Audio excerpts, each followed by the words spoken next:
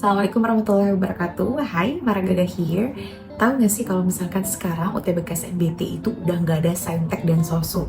Jadi kalian yang dari IPA, IPS, SMK, madrasah, pondok pesantren, bahkan paket C, kalian nggak perlu memilih antara saintek atau sosum, bahkan nggak ada lintas jurusan loh. Karena sekarang UTBK SNBT-nya sudah general, yaitu UTBK SNBT dengan 7 subtes yang diringkas menjadi 4 subtes. So, nggak ada lagi saintek, nggak ada lagi sosum, nggak ada lagi lintas jurusan. Semuanya sama dan semuanya general. Mau kalian dari IPA, IPS, dan lain sebagainya. Ini SMA sederajat. Jujur sama aku, siapa yang masih bingung untuk mulai belajar dari mana? Aku harus belajar apa kak? Aku harus mempersiapkan apa dulu nih kak? Aku bingung mau belajar apa dulu. Oke, ada 3 poin penting yang harus kalian tahu sebelum kalian memulai belajar. Poin yang pertama adalah metode yang paling tepat untuk kalian belajar. Yang kedua, menetapkan timeline belajar. Dan yang ketiga adalah hal-hal yang nggak boleh kalian lakukan untuk mempersiapkan UTBK SNBT 2024. Karena menurut aku ya, kesempatan itu nggak datang berkali-kali. Jadi tolong persiapkan diri kalian dengan matang. Nah, ketiga poin ini akan aku bahas di video kali ini. Aku akan bahas secara singkat. Semoga kalian memahami apa yang aku maksud. Dan setelah menonton video ini, kalian bisa langsung bergegas untuk mempersiapkan UTBK SNBT tahun depan. So, semoga bermanfaat and happy watching!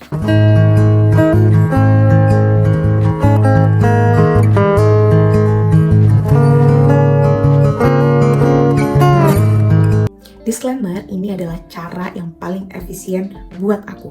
Kalau kalian ngerasa ini kurang efisien atau nggak cocok buat kalian, silahkan combine dan sesuaikan menurut kalian masing-masing. Jadi bisa kalian gabungkan cara aku dengan cara kalian. Pokoknya terserah, yang penting targetnya tercapai. Ke poin yang pertama, ini adalah hal yang paling penting yang harus kalian tahu. Apa? Yap, menentukan metode belajar. Aku mau ngasih tahu gimana sih cara menentukan metode belajar. Ada beberapa step yang harus kalian lakukan untuk menentukan metode belajar. Semua orang mungkin untuk menentukan metode belajar itu beda-beda. Tapi ini bagi aku cara yang paling efektif dan efisien untuk menentukan metode belajar. Step yang pertama untuk menentukan metode belajar kalian adalah tentukan kalian tuh belajar untuk apa. Entah untuk mengembangkan potensi, entah untuk masuk perguruan tinggi, atau cuman sekedar minat aja gitu. Itu tentukan dulu deh. Kalau kalian udah tahu tujuan untuk apa, kalian gampang banget untuk memulai menata hati, menata pikiran untuk belajar. Step yang kedua adalah tentukan gaya belajar kalian. Kalian tuh suka belajar kayak gimana sih gitu? Entah melihat gambar, video, visual, atau kalian tuh orangnya tuh audio banget, atau kalian tuh orangnya kinestetik banget, atau bahkan audio visual, combine, atau segala macam. Pokoknya tentukan dulu gaya belajar yang paling cocok buat kalian. Step selanjutnya adalah explore metode tersebut. Entah kalian berdiskusi dengan teman, mulai mencatat melalui tulisan, atau kalian mungkin mendengarkan dosen lagi ngajar. Pokoknya coba yang mana yang paling sesuai buat kalian, siapa tahu itu yang lebih efektif buat kalian. Kalau dulu aku di sekolah itu, mau dari SMP, SMA, kuliah, aku tuh tipe yang benar-benar nulis. Jadi ngiket ilmuku itu melalui tulisan. Misalkan dulu teman aku tuh ada yang catatannya rapi banget, bener-bener rapi banget. Teman-teman yang lain tuh pada fotokopi catatannya dia. Tapi kalau aku tipe orang yang ngulang nyatet lagi, karena menurut aku catatanku itu yang bikin aku masuk gitu. Maksudnya ilmunya tuh masuk ke diri aku dengan mencatat. Jadi aku nggak bisa ngelihat catatan orang walaupun serapi apapun, tapi nggak masuk buat aku. Aku harus nyatet. Terus kalau kuliah dulu tuh aku tuh nggak mau ketinggalan pelajaran. Biasanya aku foto dulu sambil aku dengerin dosen yang ngomong, aku foto. Nanti di rumah atau di kos aku catat lagi materinya gitu. Kalau misalkan aku lagi nggak masuk, aku biasa pinjam catatan teman, terus aku catat ulang. Bahkan kalau misalkan mau ujian, itu semua yang ada di buku paket itu aku catat, kayak bikin keyword-keywordnya untuk aku nge-review materi-materi lagi. Tapi intinya aku tuh nyatet. Bahkan sampai latsar kemarin aku kan pas udah kerja kan ada pelatihan dasar CPNS. Itu tuh kita belajar lagi. Nah, belajar laginya itu aku sampai bikin catatan dan itu lengkap banget, memudahkan aku untuk belajar. Step selanjutnya adalah buat jadwal belajar yang tepat sesuai dengan produktivitas kalian, preferensi kalian masing-masing. Entah kalian produktifnya di pagi, siang, sore, atau malam hari. Tentukan itu sesuai diri kalian masing-masing. Kalau aku pribadi, aku tipe orang yang fokus ketika sepi. Mungkin semua orang rata-rata ya sepi. Aku tuh fokusnya kalau pagi, sebelum subuh, habis subuh, malam banget kayak tengah malam tuh aku fokus banget. Kalau kalian mungkin ada yang suka siang hari atau sore hari, bebas, tentukan sesuai kebutuhan kalian masing-masing. Step selanjutnya adalah konsisten dan disiplin.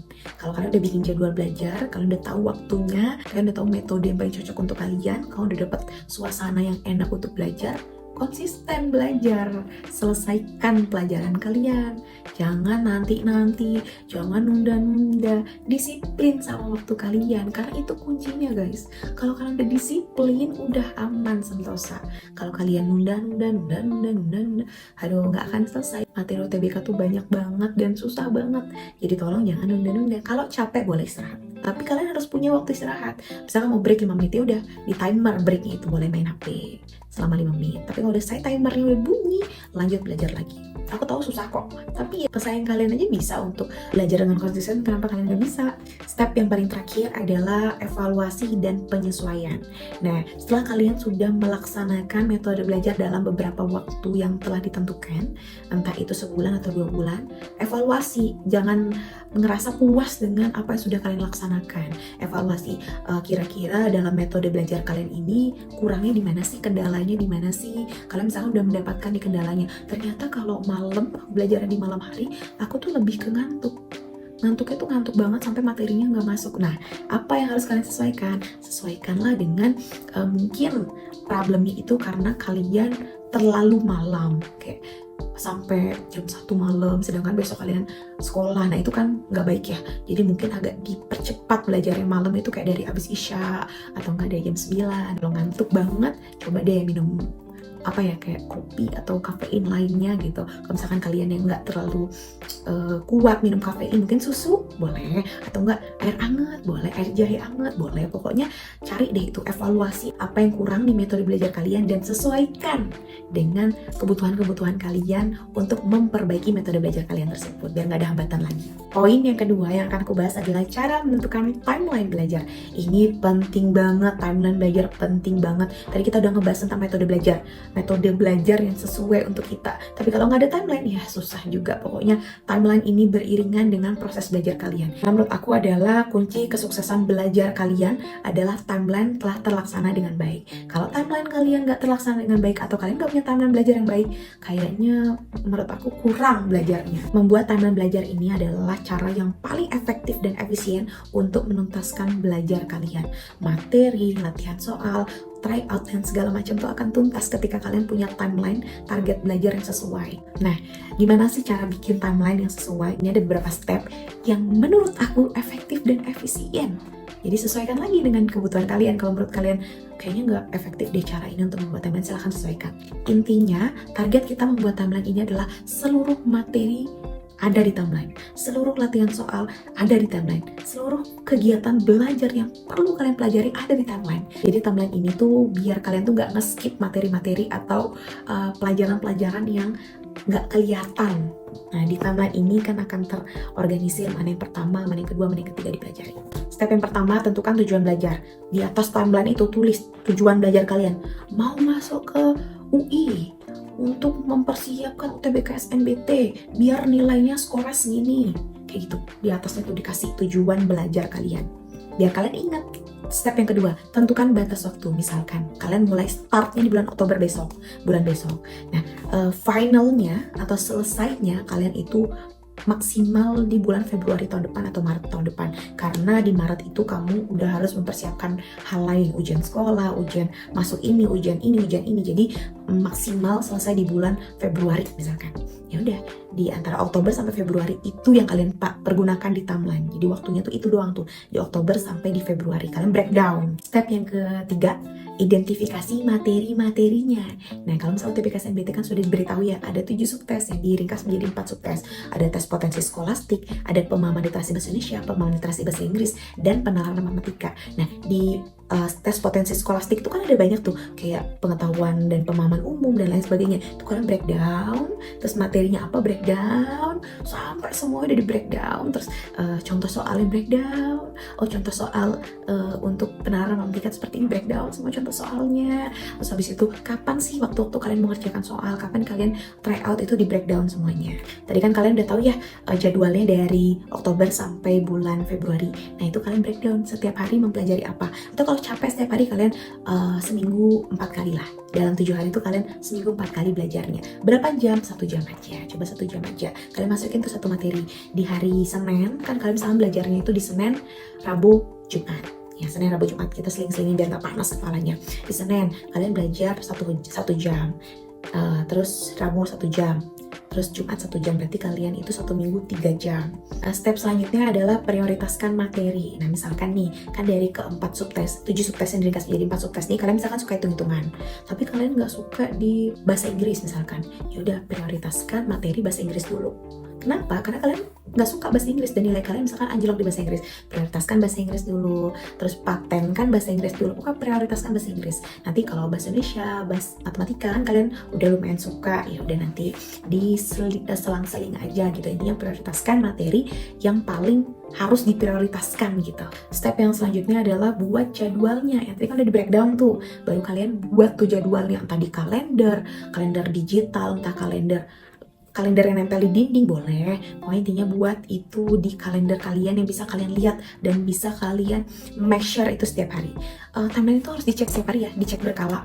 Nggak usah setiap hari, tapi dicek berkala. Mana yang sudah terlaksana, mana yang belum terlaksana, hambatannya apa, pokoknya dicek berkala si jadwal kalian tersebut atau timeline belajar kalian tersebut. Step selanjutnya adalah tetapkan fleksibilitas, atau kalau kalian tidak bisa melaksanakan materi di hari itu, di jam itu, misalnya kalian ada tugas mendesak yang nggak bisa kalian tinggal, jadi kalian nggak bisa belajar untuk UTBK, ya buat waktu fleksibilitas entah di Sabtu atau Minggu. Intinya kalian itu berhutang belajar.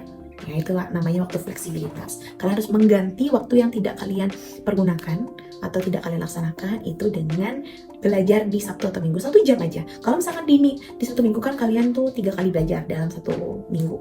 Ada Senin, Rabu, Jumat. Nah di Seninnya kalian berhalangan di 1 jam. Ya udah berarti kalian mengganti di Sabtu atau Minggunya 1 jam. Tapi kalau misalkan di Rabu kalian juga nggak bisa gitu, ada kegiatan lebih urgent, ya udah kalian ganti di Sabtu atau Minggunya 2 jam. Pokoknya kalian tuh harus bertanggung jawab lah sama utang belajar kalian. Step selanjutnya adalah konsisten. Konsisten itu susah banget sih konsisten. Kadang capek, kadang merasa udah pinter, kayak malas belajar, kadang merasa nggak masuk materinya, malas belajar. Tapi tetap guys harus konsisten. Selesaikan materi dengan baik, selesaikan timeline dengan baik, harus konsisten. Setiap hari di review materinya, dicek berkala, apa harus konsisten ya. Step yang terakhir adalah evaluasi hasil belajar kalian. Evaluasi hasil belajar itu nggak harus di akhir pembelajaran kalian, tapi mungkin di setiap bulan tuh kalian menetapkan waktu untuk evaluasi. Misalkan di bulan Oktober, mulai di bulan Oktober kan, itu di akhir bulan Oktober sebelum memulai bulan November, kalian tuh evaluasi, nih timeline gua nih, materi-materi di bulan Oktober nih, mana yang kira-kira gua kelewat, atau enggak mana yang kira-kira gua belum paham betul, masih agak ngawang-ngawang gitu. Ya udah, itu ditulis di keterangan bahwa materi ini belum terlalu paham. Jadi kalian tentukan waktu di bulan November itu untuk mempelajari kembali materi yang sudah kalian pelajari bulan Oktober yang masih ngawang-ngawang itu. Entah di Sabtu atau Minggu terserah kalian. Jadi tentukan waktu untuk mempelajari materi yang kalian masih ngawang-ngawang itu. Begitupun di bulan November, sebelum kalian masuk bulan Desember, kalian evaluasi dulu hasil belajar di bulan November ini. Materi mana sih yang kurang? Masukkan ke keterangan. Nanti di keterangan itu buatkan jadwal di Sabtu atau Minggunya. Pokoknya di waktu kalian senggang itu untuk belajar materi yang masih ngawang-ngawang di bulan November. Pun seterusnya. Jangan sampai berlarut-larut sampai kalian lupa, oh iya kayak materi udah sampai Januari nih, oh kayak kemarin materi Oktober atau bulan apa ya, aku lupa, belum belajar lagi. Aduh, itu bakal lebih susah lagi. Jadi sebelum masuk ke fase baru, silahkan di-review dulu, dievaluasi dulu. Ingat, timeline belajar ini adalah menyesuaikan diri dan kebutuhan masing-masing. Kalau kalian ngerasa 3 hari dalam seminggu itu kebanyakan, ya monggo dikurangi. Iya materinya terlaksana semua. Atau misalkan kalian ngerasa 3 hari dalam seminggu tuh kedikitan kak, ya udah tambahin 5 kali seminggu. Pokoknya sesuaikan dengan jadwal kalian masing-masing, kebutuhan kalian masing-masing. Jangan sampai kalian menggebu-gebu di awal kayak, pokoknya gue setiap hari mau belajar nih gitu. Tapi ternyata di minggu kedua kalian udah kayak teler. Jangan sampai kayak gitu.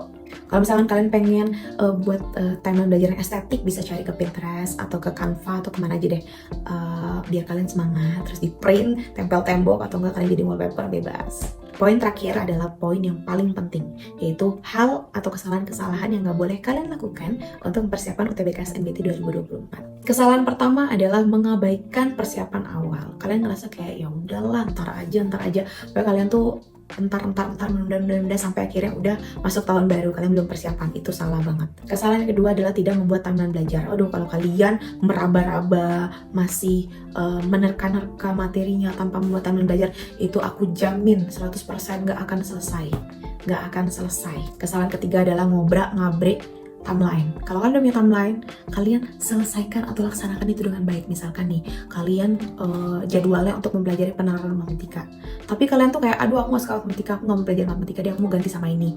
Jadi kalian tuh kayak mengganti, tapi gantinya tuh semrawut gitu loh kan, atau apa ya bahasanya tuh, kayak jadi hancur timelinenya. Dan jangan sampai menghancurkan timeline. Kalau kalian udah punya timeline yang bagus, yang tepat, tolong dilaksanakan dengan baik. Kalau mau diganti, ya udah diganti dengan baik gitu loh. Jangan sampai semrawut atau hancur timeline-nya. Itu salah banget. Kalau timeline kalian udah rusak atau udah nggak bagus lagi, udah pasti ke belakangnya kalian malas belajar. Kesalahan yang keempat adalah kurang latihan soal. Jadi kalau kalian terlalu fokus ke materi tanpa latihan soal, itu salah banget guys. Karena kalau misalkan kalian mengerjakan soal itu, kalian tuh akan meningkatkan kemampuan mengerjakan problem atau permasalahan itu. Kalau kalian cuma baca materi nih, kalian cuma tahu materinya doang, kayak untuk menyelesaikan masalah A harus melaksanakan ABC. Untuk menyelesaikan masalah B harus melakukan BCD. Tapi kalian tuh nggak tahu contoh masalahnya tuh kayak apa, contoh in real life-nya tuh kayak gimana. Jadi kayak bingung gitu loh. Kayak kalian cuma tahu materi tapi nggak tahu penyelesaian di dunia nyatanya. Itu susah, itu salah banget. Kesalahan yang kelima adalah tidak memanfaatkan sumber daya yang tersedia. Guys, ini udah 2023. Ada TikTok, YouTube, ada Instagram Reels dan lain sebagainya. Itu banyak banget informasi, banyak banget pokoknya pelajaran-pelajaran bisa kalian ambil di sana. Jadi tolong manfaatkan itu dengan baik. Kesalahan selanjutnya kurang istirahat. Jadi kalian tuh kayak menggebu-gebu belajar sampai kurang istirahat, yang ujung-ujungnya malah sakit, malah drop. Itu parah sih. Kalau kalian udah drop, kalian nggak bisa belajar, nggak bisa melaksanakan timeline, hancur timeline semuanya. Jadi tolong istirahatnya juga harus cukup, jangan terlalu menggebu-gebu. Kesalahan selanjutnya adalah tidak mempelajari ujian model UTBK. Kan UTBK itu kan ada formatnya, cara mengerjakannya gimana, contoh soalnya di sebelah mana. Terus kalau misalkan kalian mau next tuh di mana, di kliknya, terus kalian mau lihat informasi soal tuh di mana. Jadi kalian tuh harus tahu model soal yang untuk seperti UTBK tuh kayak gimana. Nah, kalau kalian mau ujian model, contoh ujian model tuh kayak gimana, kalian bisa ke webnya snpmb.bppp.kemendikbud.go.id, terus cari aja di situ contoh latihan soal untuk UTBK SNBT. Kesalahan selanjutnya adalah panik dan stres berlebihan. Kalau kalian terlalu panik, kayak kalian ngerasa nggak bisa, terus jadi stres, itu parah sih.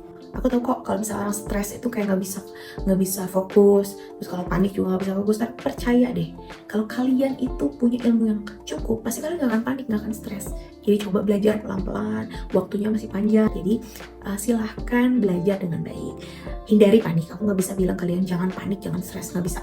Tapi hindarilah, at least hindari panik, hindari stres, oke? Kesalahan selanjutnya adalah mengabaikan kelemahan atau tidak memperbaiki diri. Kalau kalian udah punya kelemahan, kalian udah tahu kelemahan kalian di mana, perbaiki pelan-pelan. Kalau nggak bisa memperbaiki secara keseluruhan dengan cepat, pelan-pelan aja, nggak apa-apa. Kesalahan terakhir adalah tidak bertanya, menerka-nerka. Itu salah banget. Tanya, yang nggak tahu tuh tanya. Ada kan sekarang web untuk bertanya tentang UTBK. Kalian bisa baca-baca question and answer-nya. Kalian bisa baca tentang UTBK SNBT di portal resminya. Kan banyak tuh informasi tentang UTBK SNBT. Jadi baca, tanya, cari tahu.